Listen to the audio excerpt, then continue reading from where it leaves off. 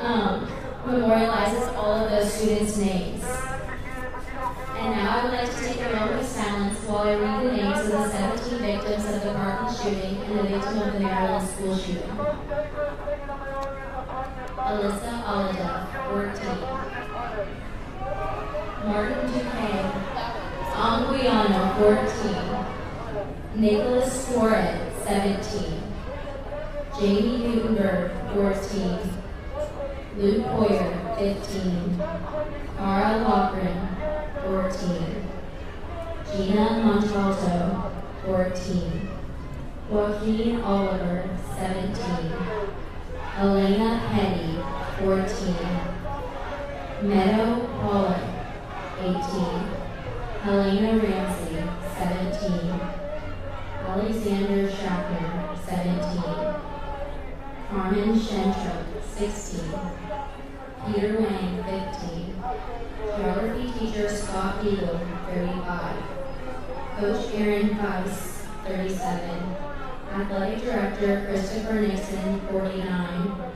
And Jalen Wiley.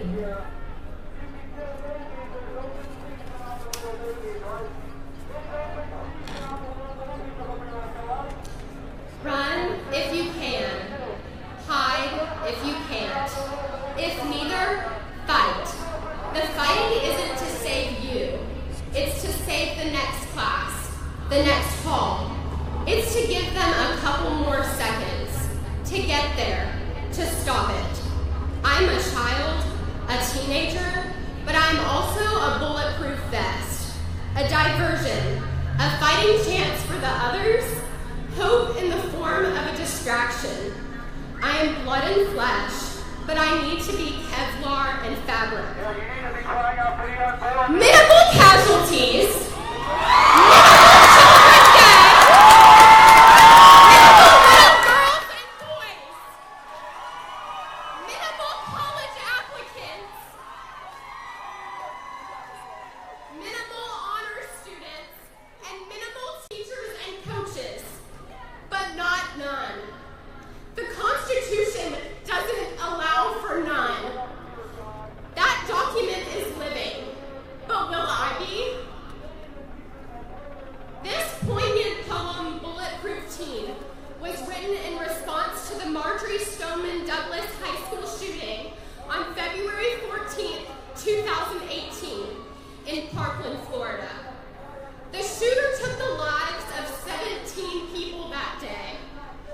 Katie Howd, the poet, is a junior at Rockland High School in Rockland, Massachusetts, outside of Boston, and an organizer for the March for Our Lives Boston. Good morning, Fort Worth. I am Lillian Scott, a junior at Paschal High School, and an organizer of the March for Our Lives Fort Worth.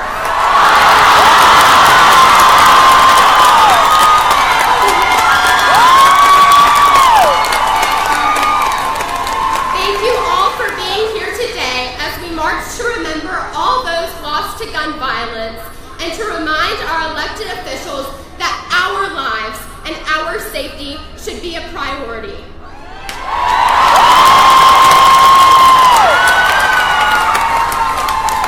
March for Our Lives is created by, inspired by, and led by students across the country who will no longer risk their lives waiting for someone else to take action to stop the epidemic of mass shootings that has become all too familiar to us. In the tragic wake of the 17 lives brutally cut short in Florida, politicians are telling us that now is not the time to talk about guns. March for Our Lives believes that the time is now.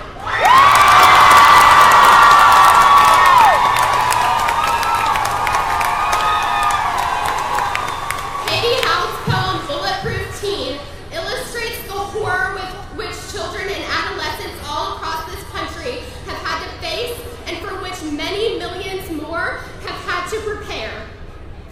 Gun violence has a devastating impact on American children and teens.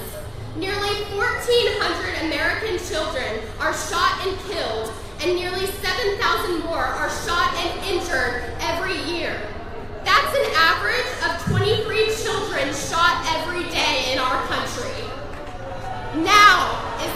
time to demand action.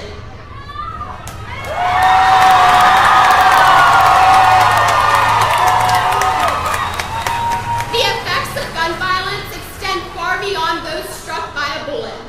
Gun violence shapes the lives of millions of children who witness it, know someone who was shot, or live in fear of the next shooting. Now is the time to be bold.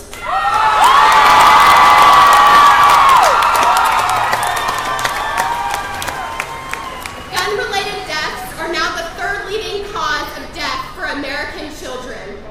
Every day, an average of 4 children are shot and killed, and nearly 19 more are shot and injured. Now is the time to stand up.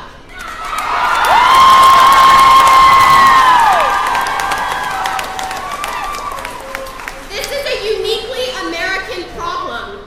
Compared to other developed countries, American children aged 5 to 14 are 14 more times likely to be killed with guns. And American adolescents and young adults aged 15 to 24 are 23 times more likely to be killed with guns. Today, we say no more.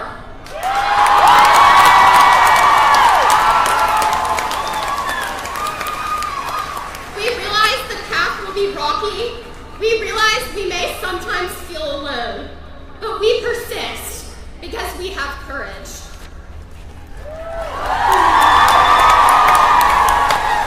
I leave you with the words of Eleanor Roosevelt. Courage is more exhilarating than fear, and in the long run, it is easier. We do not have to become heroes overnight, just a step at a time. Meeting each thing that comes up, seeing it is not as dreadful as it appeared, discovering we have the strength to stare it down.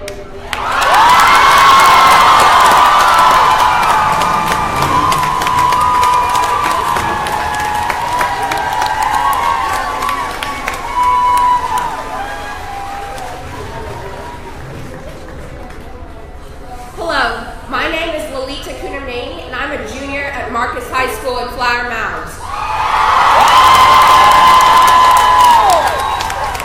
Thank you for coming out. Over the course of today, 7 teenagers and children will die from gun violence, as they did yesterday, and the day before that, and the day before that. And politicians will continue to do nothing, day after day, and there will be no change.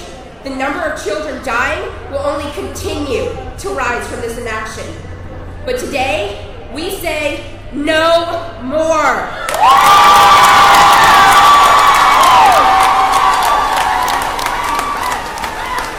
No more of this inaction. No more of this needless death. No more of our blood spilt because politicians want more money to finance their campaign.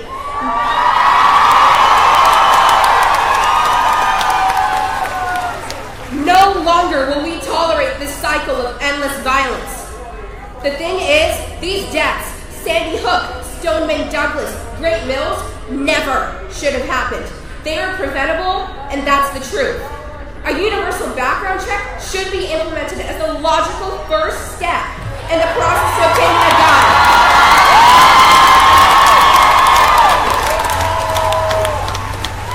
If I need a background check to volunteer at the public library, it should be a given that I need a background check to access an object. It's the cost hard. But in Texas, that's not true. If a gun is sold through a private seller, there is no law mandating a background check. And consequently, these people are able to get a gun without even having the minimum glance to make sure that this person is mentally sound to own a potential weapon. In a survey released last year, 22% of gun owners got their last gun without having gone through a background check. That's every 1 in 5. I repeat, 1 in 5 gun owners that could have had any sort of history. And the person who sold them the gun wouldn't even know. Furthermore, it's not required within Texas for law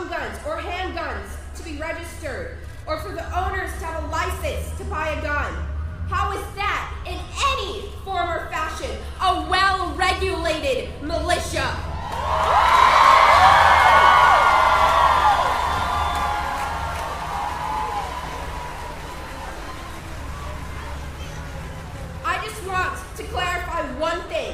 We don't and never have wanted to take away all of your guns. But there is a time when we must stand up and say that there's an urgent and unrelenting need for restrictions, and that time is now.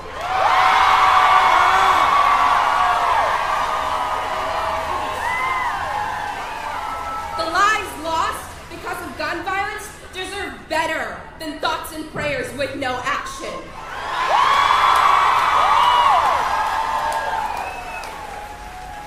Our government stalls saying that this is a deep and complicated issue, and that's true. However, despite beliefs to the contrary, the debate always, at its core, remains this. Which one do you value more, the gun or the children?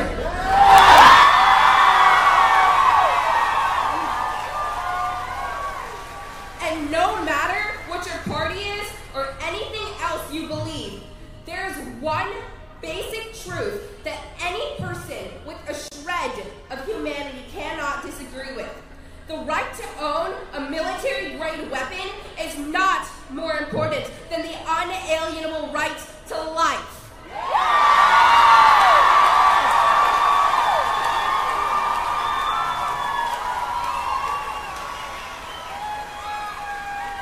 The government has picked the guns and the gun lobby over the lives of children, our lives, for far too long. And together we say, no more.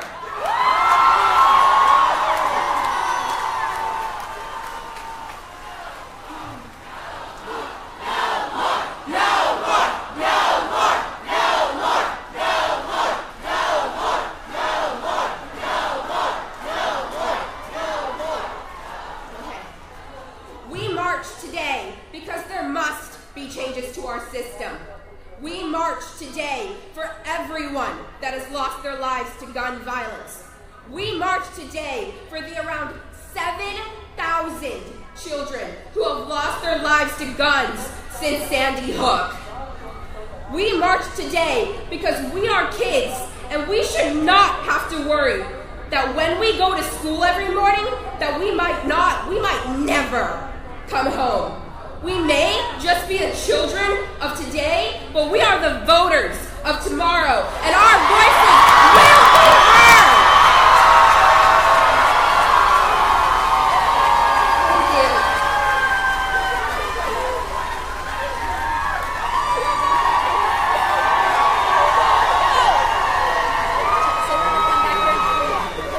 We just wanted to let everyone know that after we march, we will be coming back to the courthouse, and there will be 3 more speeches to wrap everything up.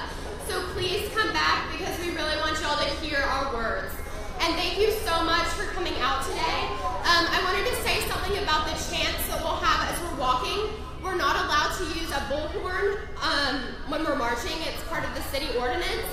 So they'll kind of trickle back. They'll start at the front and trickle back.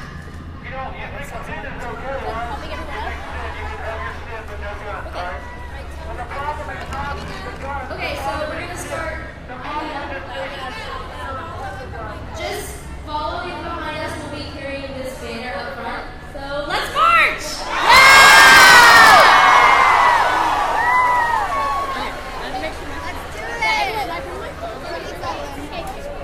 No one will take it.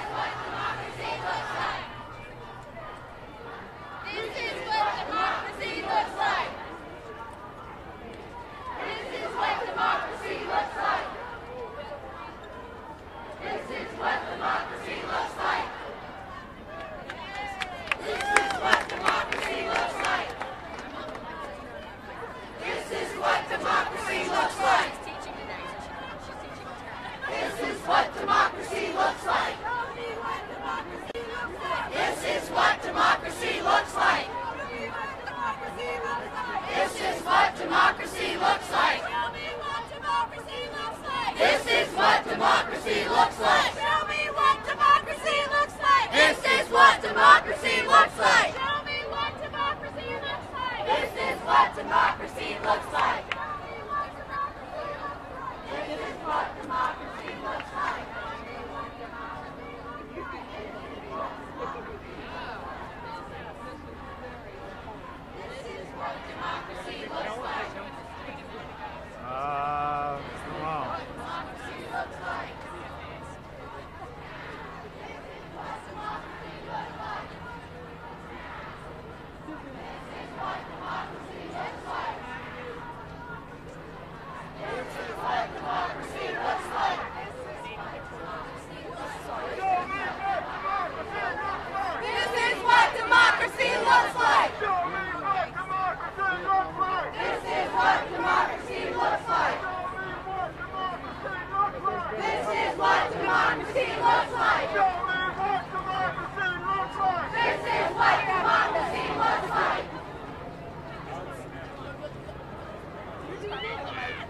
Change is coming.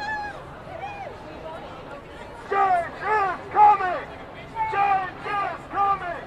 Change is coming! Change is coming! You're right. This is what democracy looks like.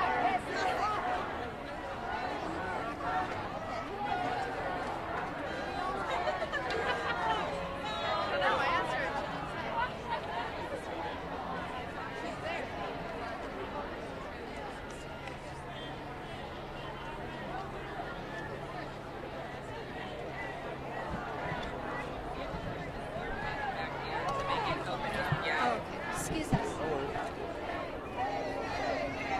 Okay, you can.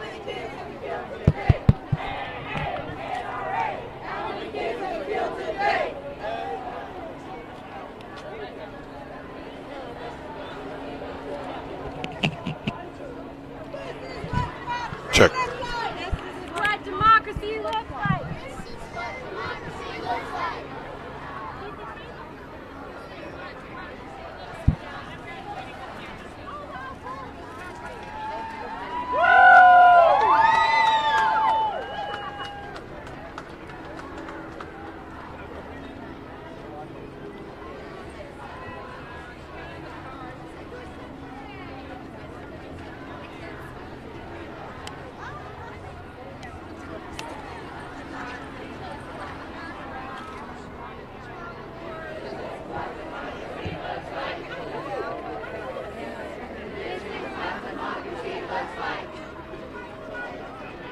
This is what democracy looks like. This is what democracy looks like. No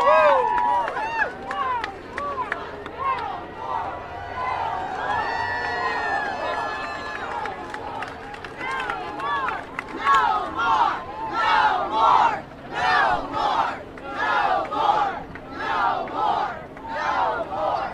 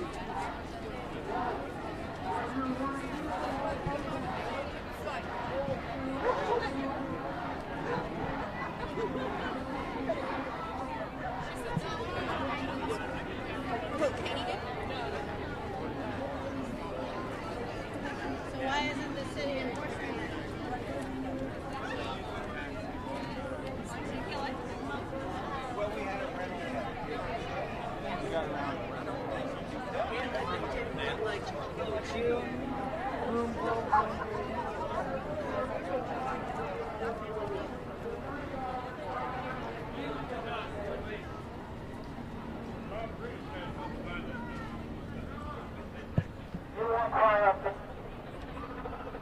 folks need to cry out to God. If you want protection, you want safety, you need to cry out to God. He's the only one that can protect you. He protects the upright, the righteous. But right now you look down, and calamity is going to come on the heads of the wicked and sinners. If you want to be protected, you can cry out to God. You can cry out to God without down the other. Any God is not a right person. We need to be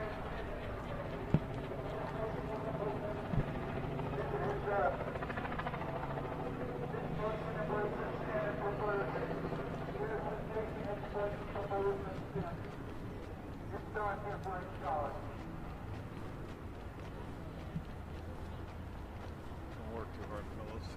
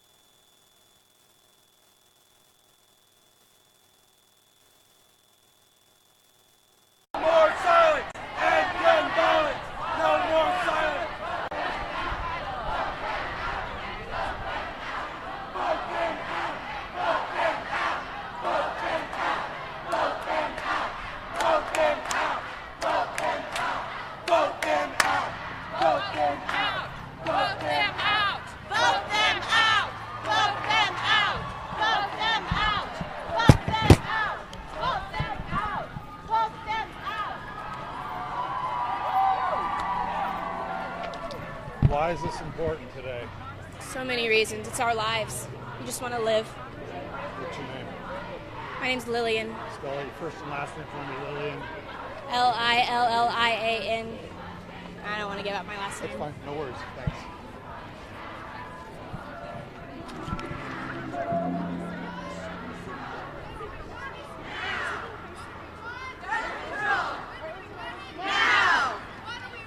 Gun control! When do we want it? Now! What do we want? Gun control! When do we want it? Now! Gun control! Now! What do we want? Gun control! Now! Gun control! Now! Now! Gun control! Now!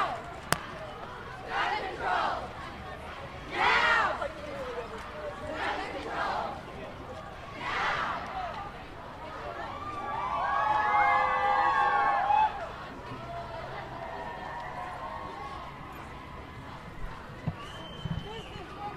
Tell me why you're out here today. What democracy looks like. That's okay. You don't have to. All right. No more kids! No more kids! No more kids! No more kids! Tell me why you're out here today. Because we're fighting for our rights to live. What's important about this change? That we have to protect every future generation and all our kids. Students' lives matter. We're getting shot up for no reason, just because somebody wants to take guns. What are your names? Catalina Lopez. Spell it. Tatalina. And yours? Subhecha, Subhecha. Last name? Niraula. Thanks. Thank you.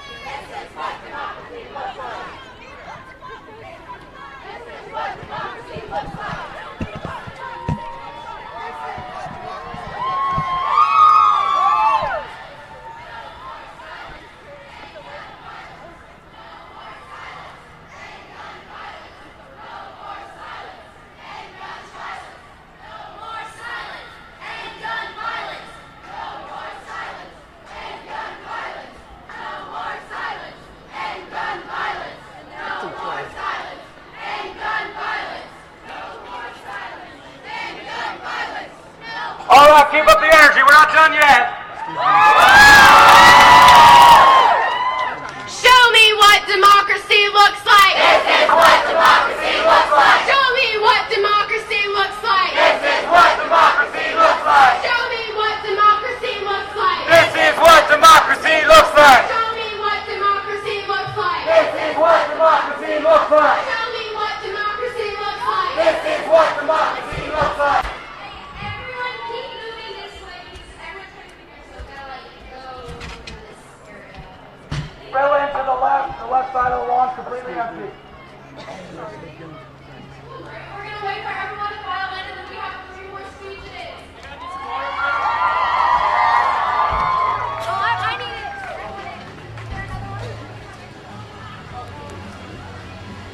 God bless you.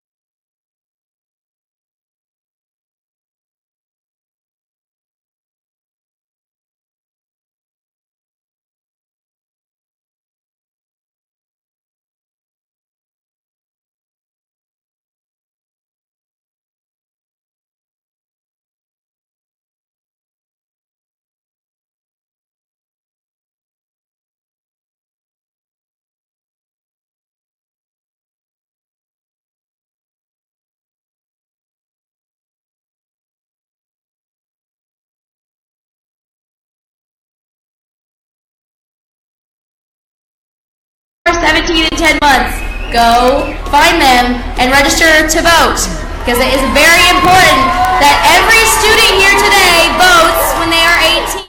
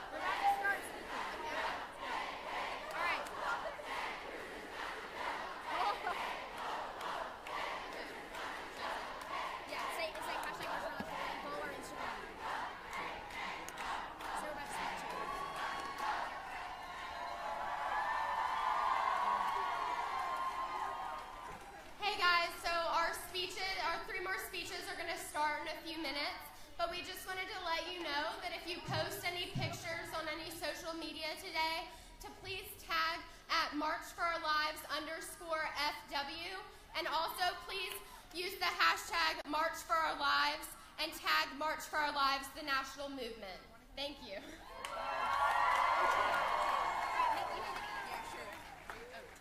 Oh, whoops. If you're on Twitter, tag us at March for Our Live without the ES 7. So, okay, we go. All right, we're going to speak in, right? Speakers. Yeah. Okay. Now we're doing the three other speeches things. Okay, here's Delaney Pavel.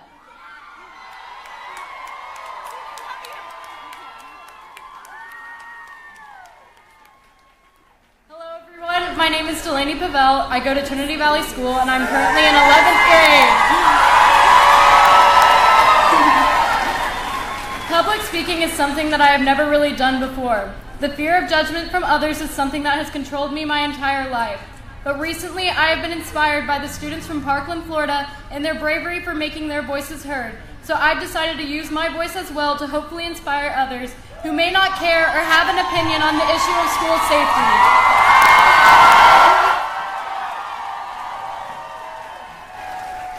In preparation for this speech, I simply Googled the phrase, "children in fear of school shootings," to come up with some speaking topics. I pressed search on my keyboard and I was shocked to see more than 6 million results giving advice on topics like how to help your kids cope with fear of going to school, how to make sure your child is safe at school, or how to raise children in the era of school shootings. As I scrolled through each page, I became more and more disappointed. School shootings have become a norm in our society, and children are being forced to live through a vicious cycle of emotions while trying to succeed in a place where our safety is not guaranteed.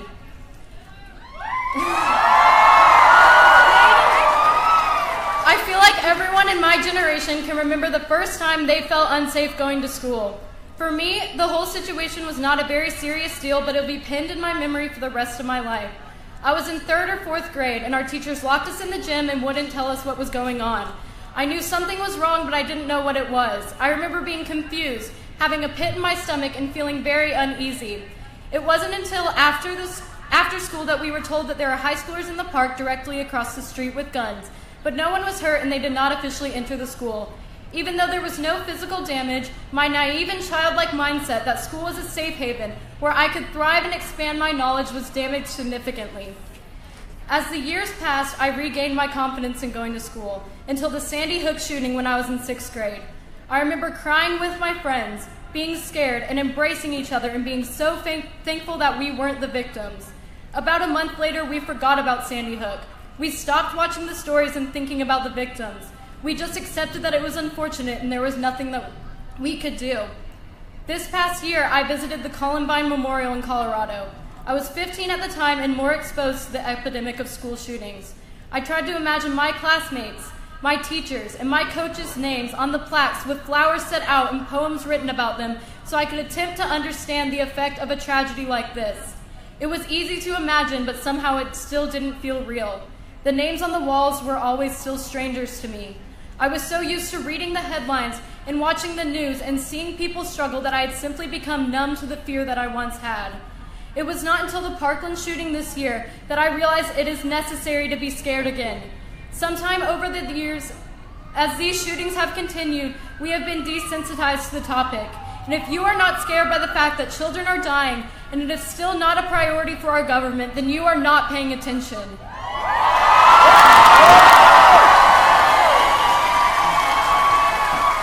What came as a shock to me years ago in elementary school is now considered normal. While we are already accustomed to this, children are being robbed of an adolescence and being forced to worry about what they would do if their school was being shot up. I do not want children to have to experience the cycle we have grown up with. I do not want them to think this is normal. I do not want them to have to change the way they live their daily lives because of fear of going to school. I do not want little girls asking for new shoes because a shooter would be able to see her light up sneakers easily, or students trying to buy bulletproof vests to wear to school. It sounds crazy, right? But believe it or not, these are actual responses from students as a way to protect themselves from the fear in our country right now. Our job is to go to school and learn, but how can we do this when the leaders of our country cannot figure out their differences and protect us? How many times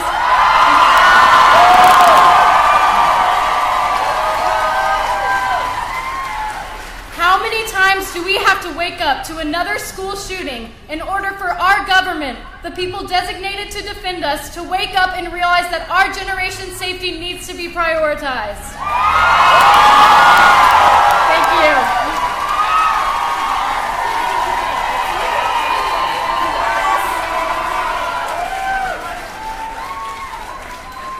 Let's hear it for Delaney.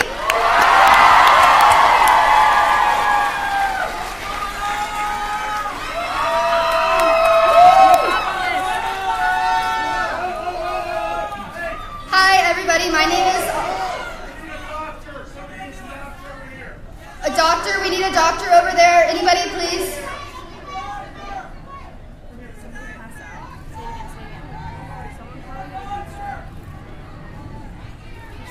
Standing up.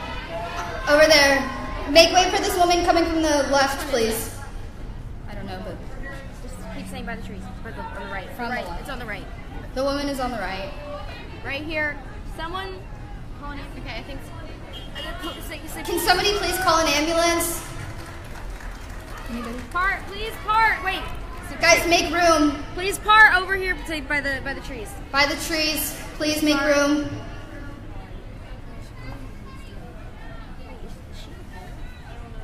Don't be scared. Your speech is still going to be amazing.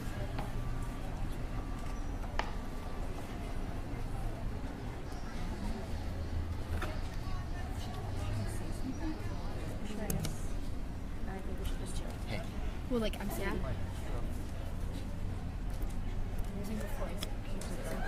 Nope.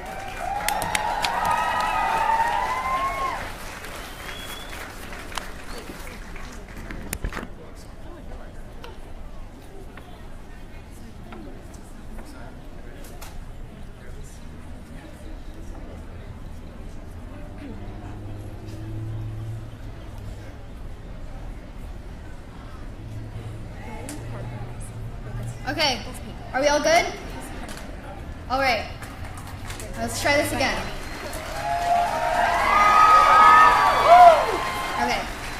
Hi, everybody. My name is Alana Miller, and I'm a junior at Carroll Senior High School in Southlake, Texas.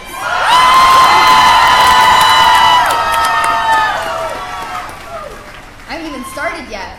Okay, so I was born in October of 2000. Columbine was in 1999. So I've grown up in a generation of school shootings. My life has been shaped by violence on campuses and reactive militarization by local governments and school districts. My parents always tell me that they'll remember exactly what they were doing during 9/11. Well, I'll always remember where I was during Virginia Tech, during Sandy Hook, and now Stoneman Douglas, because these are the events that have shaped my life. As a student, each instance of a school shooting renews the same feelings: iciness, stinging, fear, loss, but these same feelings don't seem to extend to lawmakers, because that's why we're here, right? School shootings must be normal in the eyes of our legislators if to this date not a thing has changed. Growing up in a generation of school shootings means that since kindergarten in school we've practiced drills to prepare for the presence of an active shooter.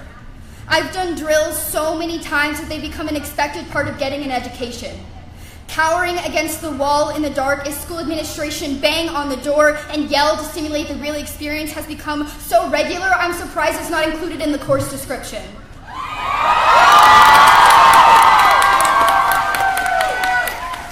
Growing up in a generation of school shootings means that I've gone to school surrounded by police officers.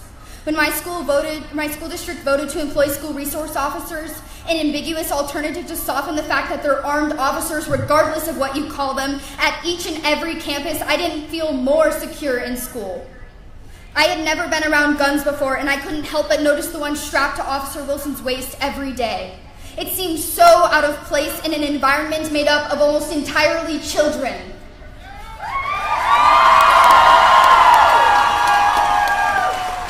But now I walk past our SRO without even flinching because it's become my new normal. Growing up in a generation of school shootings means having to wait for somebody inside the classroom to let you in because teachers have taken legislative inaction into their own hands by forever keeping doors locked. It used to be a nuisance, but now it's just our new normal. Growing up in a generation of school shootings means listening to your classmates' fears about going to the pep rally on Friday because all of us are going to be in one big room together, and that makes us so much more vulnerable.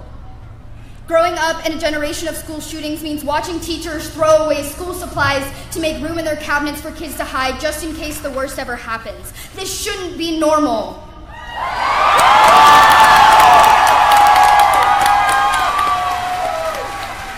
Growing up in a generation of school shootings means hearing kids in the hallway comment on the fact that Nicholas Cruz was intercepted by the police, hearing them say, "I could do better, I wouldn't get caught," and not knowing just exactly how normal that's supposed to be. When we as a nation become desensitized to gun violence, when we choose changing the lives of our children over changing our own laws, we ignore the problem at hand. We send the message to the youth of America that they are the ones who must speak up rather than the adults who have built the country in which we now live. It is impossible to fix a problem if you aren't aware there is one.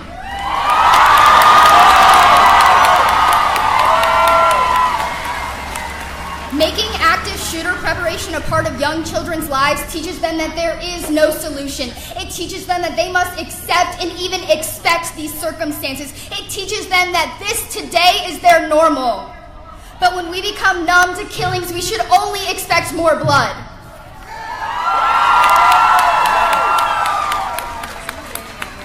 Our current approach to school shootings is the equivalent of bubble wrapping our classrooms and expecting that will prevent tragedy. We're trying to normalize the reactions that we're having to these atrocities by controlling the environment rather than the weapon. But I refuse to accept this as normal.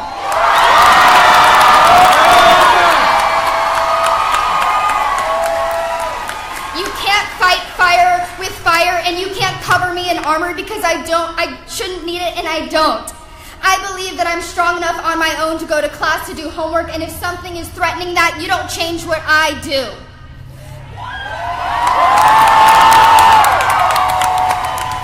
This is the only reality I've ever known, and frankly, I'm ready for a new one. Enough is enough.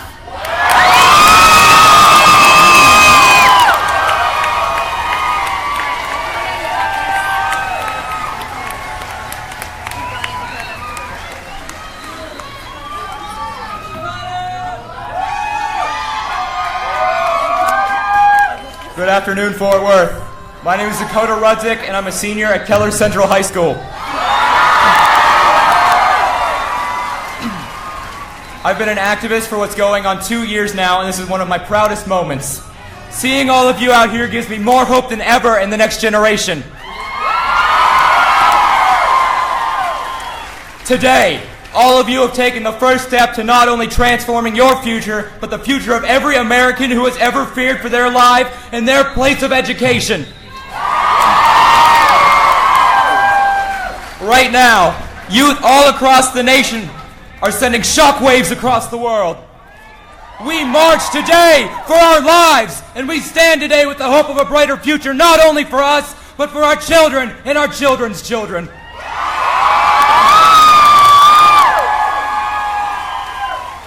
We stand united as our voices echo through the halls of Congress, and we imprint our legacy inside the history books of tomorrow.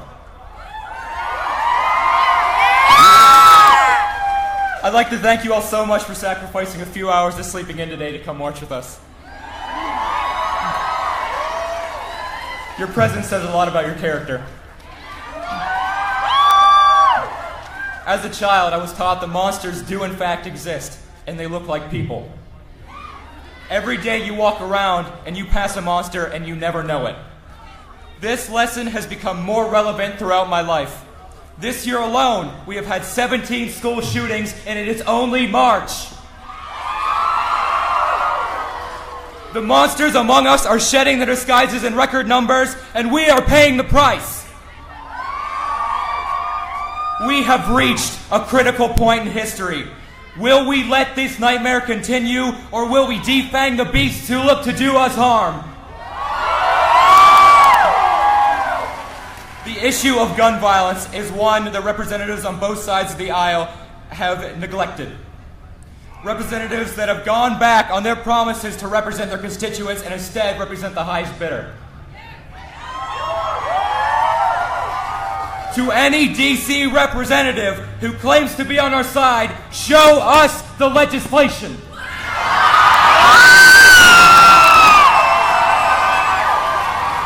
Show me the bills you have introduced to combat this crisis. We have had enough lip service. We demand action.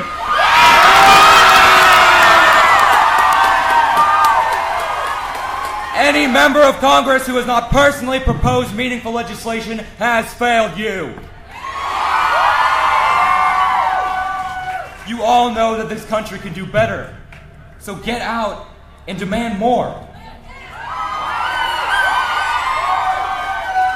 Martin Luther King Jr., a great inspiration to me and an even greater American hero, once said that the arc of moral history is long, but it bends towards justice. You have to be the ones to push that arc towards its final destination.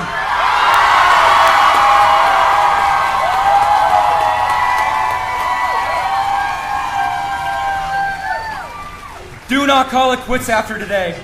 Do not go back to school on Monday with the notion that everything is all right, because it isn't. Unfortunately, you don't know if it could be your school tomorrow. We are all taking great strides today, but there is so much more to do. I beg of you, do not let today be the last of your action.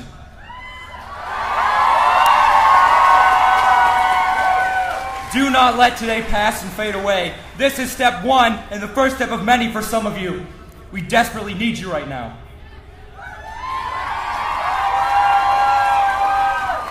While members of Congress have all but given up on legislation before the midterms, we are still dying. Every week we are slaughtered, and unless all of you do something, inaction will once again become the norm. But after today, I can't see us ever taking thoughts and prayers as an excuse ever again.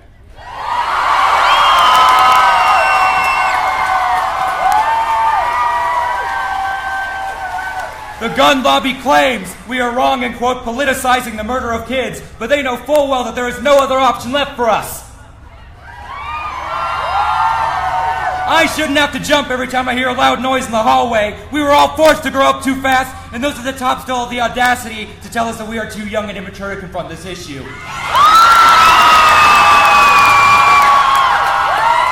I look around at all of you today, and I too call BS. Enough is enough. No more dead children, no more school shootings, no more inaction. Join me in taking even more strides towards the future we long for. If you are of age, go register to vote and show up to the polls in November.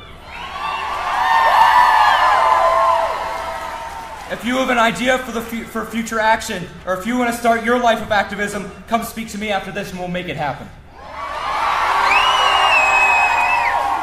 Together, we can build a new world.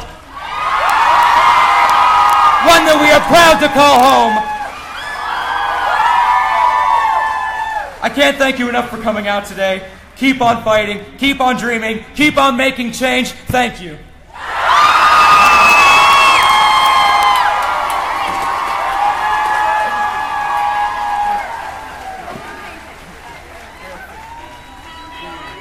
Say thank you again to all of our speakers. So I can't thank you all enough for coming out today. This really warms my heart and it gives me a lot of hope for what's to come. I couldn't have said it better than Dakota. That was a great call to action, and truly you are a small part of something a lot bigger than you, and you need to play your role in democracy and power to the polls. On the note of voting, could David Bennett, Ashley Caldwell, Katisha Mercado please go to the voter registration table to finish the process of registering?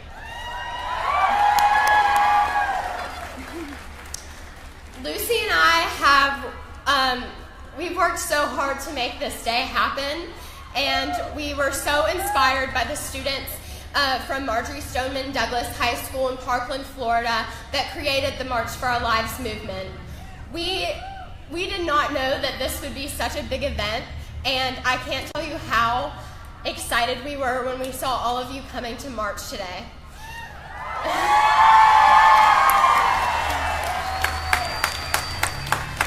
We can change our state and we can change our country, and I'm looking forward to seeing what it looks like.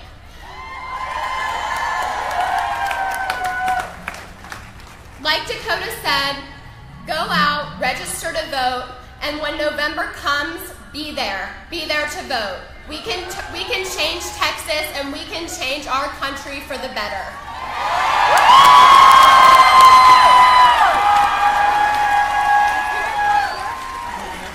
We thank you all for coming out today. This was such an amazing day. It was super empowering. And if you want to come talk to us after this about how you can advance your political activism, we welcome everybody, and we will be there to march.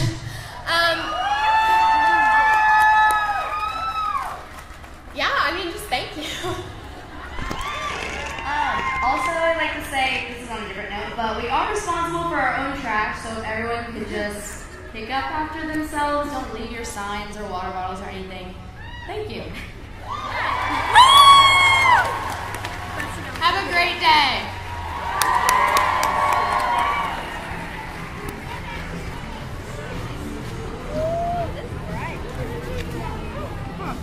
My speech is gone. Oh well. Oh my gosh.